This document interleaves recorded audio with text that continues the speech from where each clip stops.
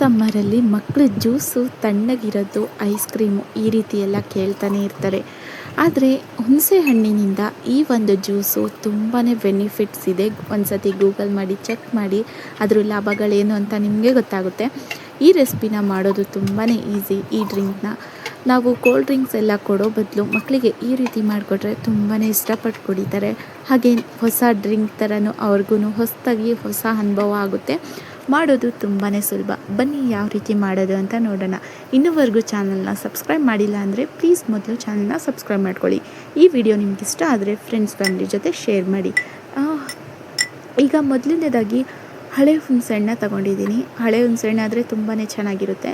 ಹೊಸ ಹುಣಸೆಹಣ್ಣು ಆದರೆ ಸ್ವಲ್ಪ ಹುಳಿ ಕಡಿಮೆ ಇರುತ್ತೆ. ಹಾಗೆ ಹಳೆ ಹುಣಸೆಹಣ್ಣಾದರೆ ಹುಳಿ ಜಾಸ್ತಿ ಇರುತ್ತೆ. ಹಾಗಾಗಿ ಈಗ ಇದಕ್ಕೆ ನೀರನ್ನ ಹಾಕಿಬಿಟ್ಟು ಚೆನ್ನಾಗಿ ಕಿವುಚ್ಕೊಂಡು ಈ ರಸ ಎಲ್ಲ ತೆಗೆದು ಇದನ್ನು ನಾವು ಸೋಸ್ಕೋಬೇಕು. ಅಂದರೆ ಚೆನ್ನಾಗಿ ಅದರಲ್ಲಿ ಕಸ ಏನಾದರೂ ಇರುತ್ತಲ್ವ ಎಲ್ಲ ಆಚೆಗಡೆ ಹೋಗುತ್ತೆ.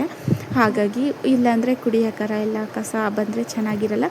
ಈಗ ಸೋಸಿದಾದ ನಂತರ ಅದಕ್ಕೆ ನೀರು ಬೇಕಂದರೆ ನಿಮ್ಗೆ ಎಷ್ಟು ಬೇಕೋ ಅಷ್ಟು ನೀರು ಹಾಕಿ ನಾವು ಬೆಲ್ಲ ಒಂದು ಅರ್ಧದಷ್ಟು ಬೆಲ್ಲನ ಇದಕ್ಕೆ ನೀವು ಸಿಹಿ ನೋಡಿಬಿಟ್ಟು ಹಾಕ್ಕೊಳ್ಳಿ. ಕಮ್ಮಿ ಅಂದರೆ ಕಮ್ಮಿ ಹಾಕ್ಕೊಳ್ಳಿ, ಜಾಸ್ತಿ ಬೇಕಂದರೆ ಜಾಸ್ತಿ ಹಾಕ್ಕೊಳ್ಳಿ. ಹಾಕಿಬಿಟ್ಟು ಚೆನ್ನಾಗಿ ಮಿಕ್ಸ್ ಮಾಡಿದಾದಮೇಲೆ ಇದಕ್ಕೇ ಏಲಕ್ಕಿ ಪುಡಿ ಮತ್ತು ಕಾಳುಮೆಣಸು ಪುಡಿ ಎರಡನ್ನೂ ಆ್ಯಡ್ ಮಾಡಿ ಇದಕ್ಕೆ ಹಾಕ್ಕೊಂಡು ಚೆನ್ನಾಗಿ ಮಿಕ್ಸ್ ಮಾಡಿ ಐಸ್ ಕ್ಯೂಬ್ ಬೇಕಂದರೆ ಆಪ್ಷನಲ್, ಬೇಕಂದರೆ ನೀವು ಆ್ಯಡ್ ಮಾಡ್ಕೋಬೋದು. ಆದರೆ ಹಾಗೆ ಕುಡಿಯೋದ್ರಿಂದ ಬೆನಿಫಿಟ್ಸ್ ತುಂಬಾ ಇರುತ್ತೆ. ಹಾಗಾಗಿ ಹಾಕೋಕ್ಕೇನು ನಾನು ಹೋಗಲಿಲ್ಲ. ನಿಮಗೇನಾದರೂ ಇನ್ನೂ ಕೋಲ್ಡಾಗಿ ಚಿಲ್ ಅಂತ ಅನ್ನಿಸ್ಬೇಕು ಅಂತಂದರೆ ನೀವು ಐಸ್ ಕ್ಯೂಬ್ನ ಆ್ಯಡ್ ಮಾಡ್ಬೋದು. ನೋಡಿದ್ರಲ್ವ ಎಷ್ಟು ಸಿಂಪಲ್ಲಾಗಿ ಹುಣಸೆ ಹಣ್ಣಿನ ಜ್ಯೂಸನ್ನು ನಾನು ನಿಮ್ಮ ಜೊತೆ ಶೇರ್ ಮಾಡಿದೆ. ಈ ರೆಸಿಪಿ ನಿಮಗೇನಾದರೂ ಮೊದಲೇ ಗೊತ್ತಿತ್ತಾ ನನಗೆ ಕಮೆಂಟ್ಸ್ ಮಾಡಿ ತಿಳಿಸಿ. ಹಾಗೆ ಇನ್ನೂವರೆಗೂ ನನ್ನ ಚಾನಲ್ನ ಸಬ್ಸ್ಕ್ರೈಬ್ ಮಾಡಿಲ್ಲ ಅಂದರೆ ಮೊದಲಿಗೆ ಹೋಗಿ ಚಾನಲ್ನ ಸಬ್ಸ್ಕ್ರೈಬ್ ಮಾಡ್ಕೊಳ್ಳಿ. ಹಾಗೆ ನನ್ನ ಚಾನಲಲ್ಲಿ ಸಾಕಷ್ಟು ಈಸಿ ರೆಸಿಪೀಸ್ನ ನಾನು ನಿಮ್ಮ ಜೊತೆ ಶೇರ್ ಮಾಡ್ತಾನೆ ಇರ್ತೀನಿ. ಆ ವಿಡಿಯೋಸ್ ಎಲ್ಲರಿಗಿಂತ ಮೊದಲು ನೀವೇನಾದರೂ ನೋಡಬೇಕಂದ್ರೆ ಚಾನಲ್ನ ಸಬ್ಸ್ಕ್ರೈಬ್ ಮಾಡ್ಕೋಬೇಕು. ಹಾಗೆ ಈ ವಿಡಿಯೋ ನಿಮ್ಗೆ ಇಷ್ಟ ಆದರೆ ಫ್ರೆಂಡ್ಸ್ ಫ್ಯಾಮಿಲಿ ಜೊತೆ ಶೇರ್ ಮಾಡಿ ಆಯಿತಾ. ಮಕ್ಕಳಿಗೆ ಒಂದು ಸತಿ ಈ ಸಮ್ಮರಲ್ಲಿ ಈ ರೆಸಿಪಿನ ಮಾಡಿಕೊಡಿ, ಖಂಡಿತವಾಗ್ಲೂ ತುಂಬ ಇಷ್ಟಪಡ್ತಾರೆ.